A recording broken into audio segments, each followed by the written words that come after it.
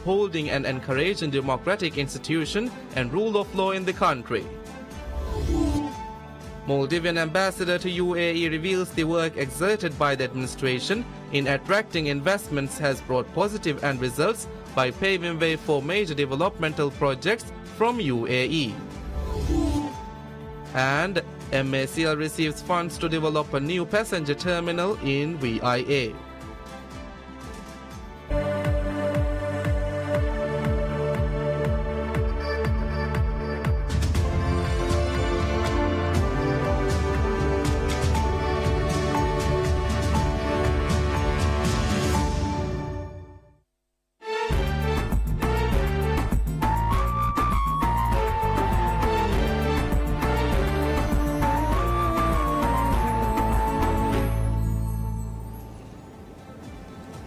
Bismillahirrahmanirrahim. Assalamu alaikum. I'm Nasma Abdul Hussein and this is PSM News. Minister of State for Ministry of External Affairs of India, Dr. V.K. Singh, states India is a close ally of Maldives, which would always assist in upholding and encouraging democratic institutions and the rule of law in the country. In a response to a question asked in the lower house of the Indian Parliament, Lok Sabha, whether the Indian government has taken any new policy initiative with Maldives, the Indian State Minister said Maldives and India has a time-tested strong relation which has withstood various challenges, and said the new foreign policy initiated by President Abdullah Yamin Abdul Qayyum in 2014 has assisted in strengthening the bond. In this regard, Minister V.K. Singh noted various initiatives such as improving connectivity, addressing developmental challenges, building shared prosperity and security has been taken under the June 2014 policy. State Minister cited the exchange of high-level visits. Defense and security cooperation reflects the strong bond established between these two neighboring countries. The Indian State Minister concluded by highlighting the great cooperative bond both countries share in fields such as education, health and capacity building. President Abdullah Yamin Abdul Qayyum conveys felicitations to President Sheikh Khalifa bin Zayed Al Nahyan, Vice President and Prime Minister of Sheikh Mohammed bin Rashid Al Maktoum and Crown Prince of Abu Dhabi, Sheikh Mohammed bin Zayed Al Nahyan, on the occasion of the 40th anniversary of the establishment of diplomatic relations with UAE. In his message, the President noted with thanks and appreciation the UAE has stood by Maldives as a brotherly nation and a reliable development partner for over 4 decades, and has played a crucial role in charting and operationalizing the socio-economic development course of Maldives. The President further noted that Maldives and UAE share converging views on a myriad of bilateral and international issues of common concern. In addition to undertaking major development projects in Maldives, the President highlighted UAE has been a staunch advocate alongside Maldives on global issues such as climate change awareness and combating terrorism in all its forms and manifestations. Reflecting on the past 4 years, the President emphasized that Maldives-UAE development partnership has progressed exponentially in recent years and expressed earnest hope of continuation of this trend in the years to come. The President also took the opportune occasion to reaffirm his sound commitment to further cultivate and sustain the economic, commercial, social and cultural ties between the Maldives and UAE to the mutual benefit of both countries. Diplomatic relations between Maldives and UAE were established on March 15, 1978.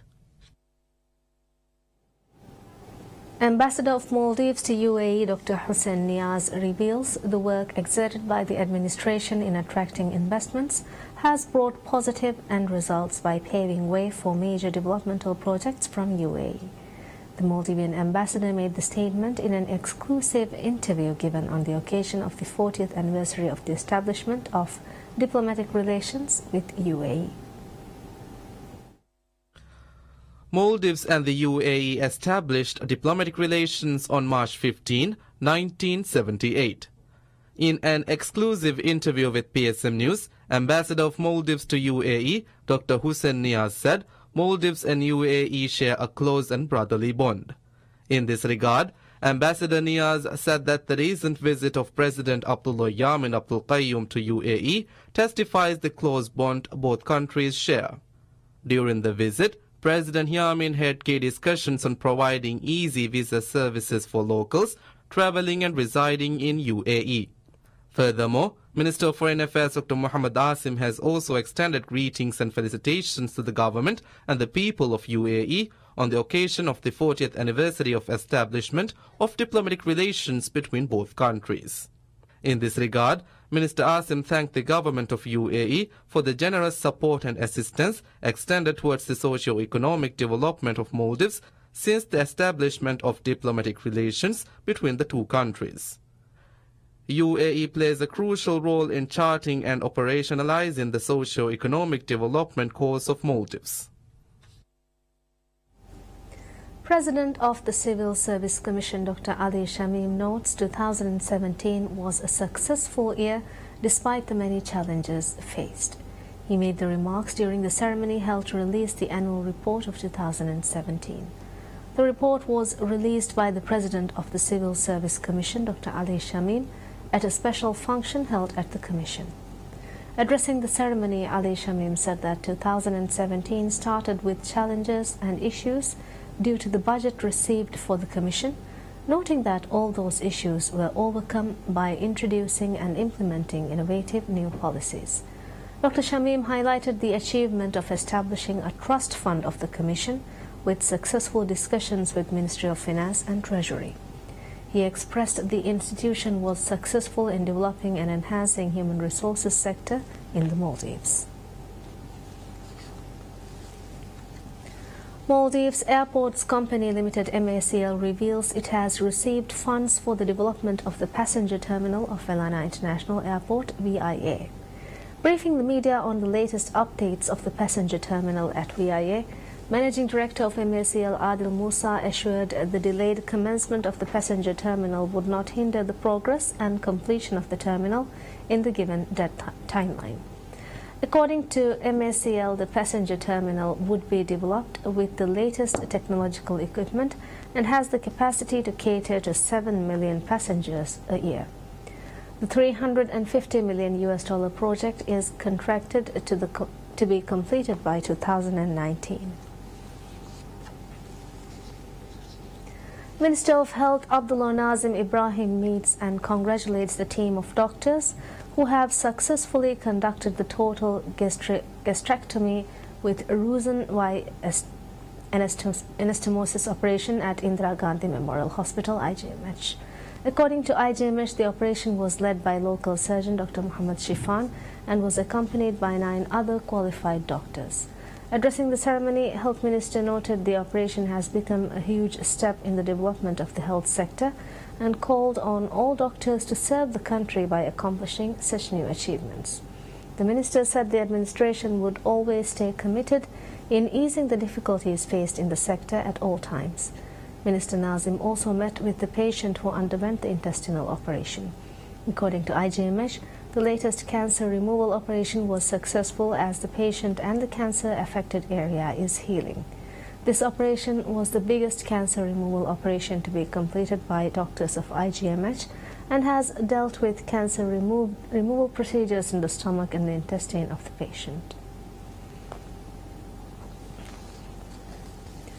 Minister of Health Abdullah Nazim Ibrahim inaugurates the new catheterization laboratory and the theatre complex at ADK Hospital. Addressing the ceremony held to inaugurate the new facilities of ADK Hospital, Minister of Health Abdullah Nazim Ibrahim applauded the work of the hospital in delivering quality healthcare services in Maldives. In this regard, Minister Nazim highlighted various developmental projects ADK has initiated to expand the scope of healthcare in Maldives and noted the hospital played a crucial and an integral role in the administration's aim of revolutionizing the sector. Addressing the ceremony, Chairman of ADK Enterprises Private Limited, Ahmed Nashid, highlighted various development projects initiated by the administration and noted that President Abdullah Yamin Abdul Qayyum played a huge role in the development of the hospital.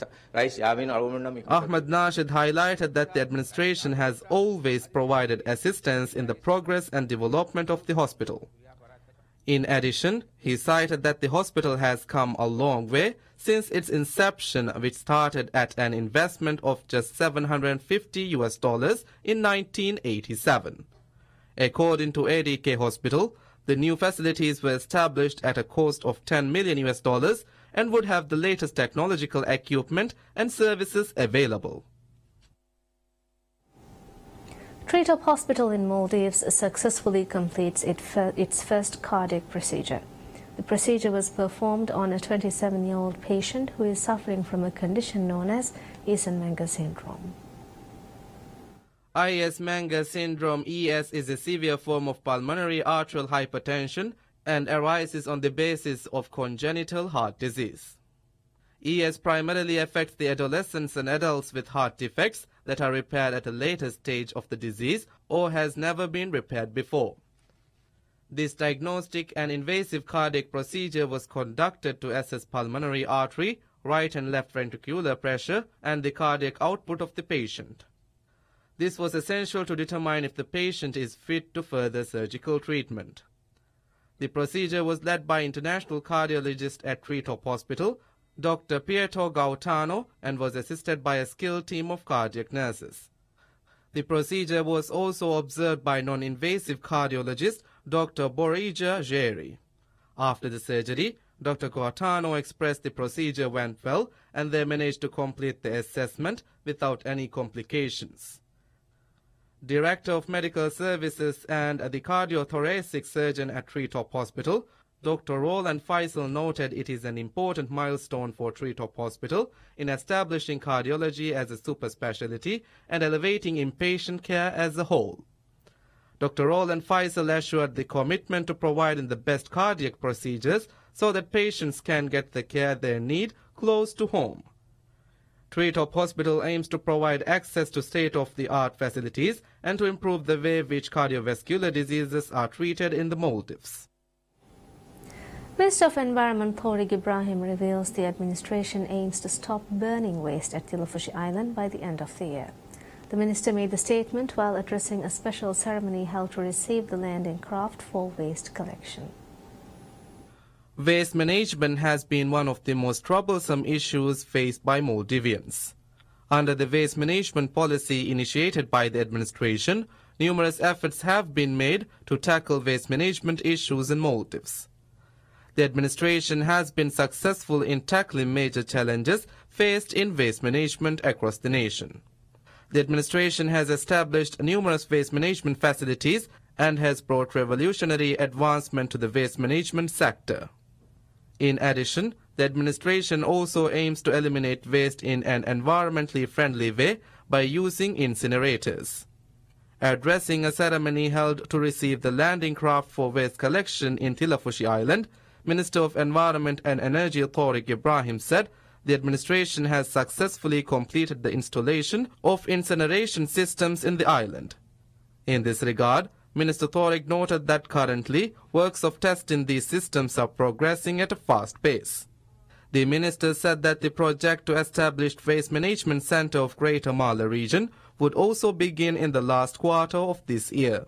He noted the administration aims to establish dumping zones and adequate waste in each island by the end of this year.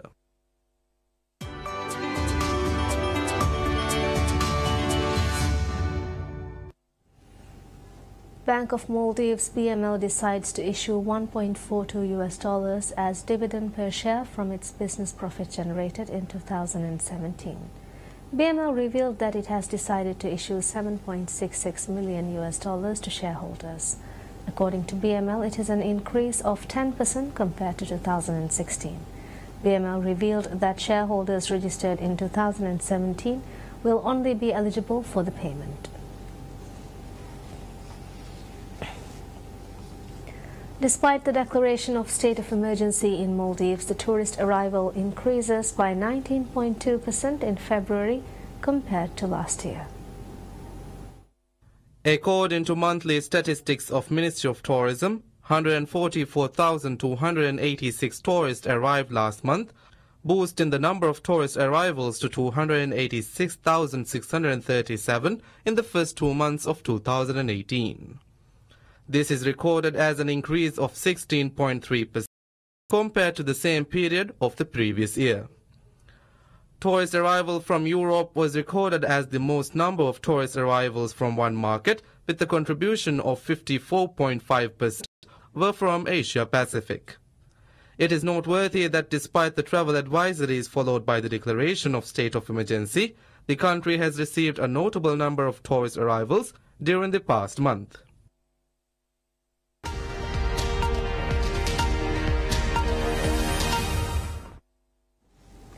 Scores of sick and injured civilians leave the rebel enclave in Syria's eastern Ghouta under the first medical evacuation scheme since a massive assault began nearly a month ago. Women carrying infants, men hobbling on crutches, and an old man in a wheelchair waited at a school nearby, along with dozens who exited through the Wafedin crossing. During the army offensive, more than 1,100 civilians have died in the last big rebel bastion near the capital, the UN Office of Humanitarian Affairs said. Syrian government forces have captured swaths of eastern Ghouta, a pocket of satellite town and farmland, splintering into the 3 separate zones in recent days. The evacuees come from a list of nearly 1,000 people, which UN officials have said need emergency treatment outside. Rebel group Jaish al-Islam said it had reached a medical evacuation deal with the Syrian government's key ally, Russia, after indirect talks. The Washington Post reports that U.S. President Donald Trump has decided to replace his national security advisor H.R. McMaster, but the move is not expected to be made immediately. We don't have confirmation. Citing 5 people with knowledge of the plans, the Post said Trump was considered in several possible replacements, including former U.S. Ambassador to the United Nations, John Bolton, and Keith Kellogg, the Chief of Staff of the National Security Council. The White House did not immediately respond to a request from the Reuters for comment. On Tuesday, Trump fired Secretary of State Rex Tillerson, and the president has signaled in recent days that a shake-up at the top levels of his administration was not over. McMaster is not expected to be ousted immediately, the Post reported. Trump is willing to take his time making the change to avoid humiliating McMaster and carefully choose a strong replacement, the Post said. Trump never personally gelled with McMaster, and the president recently told White House Chief of Staff John Kelly that he wanted McMaster replaced, according to the Post. And that's all we have for you right now. Thank you for watching. Have a very pleasant day.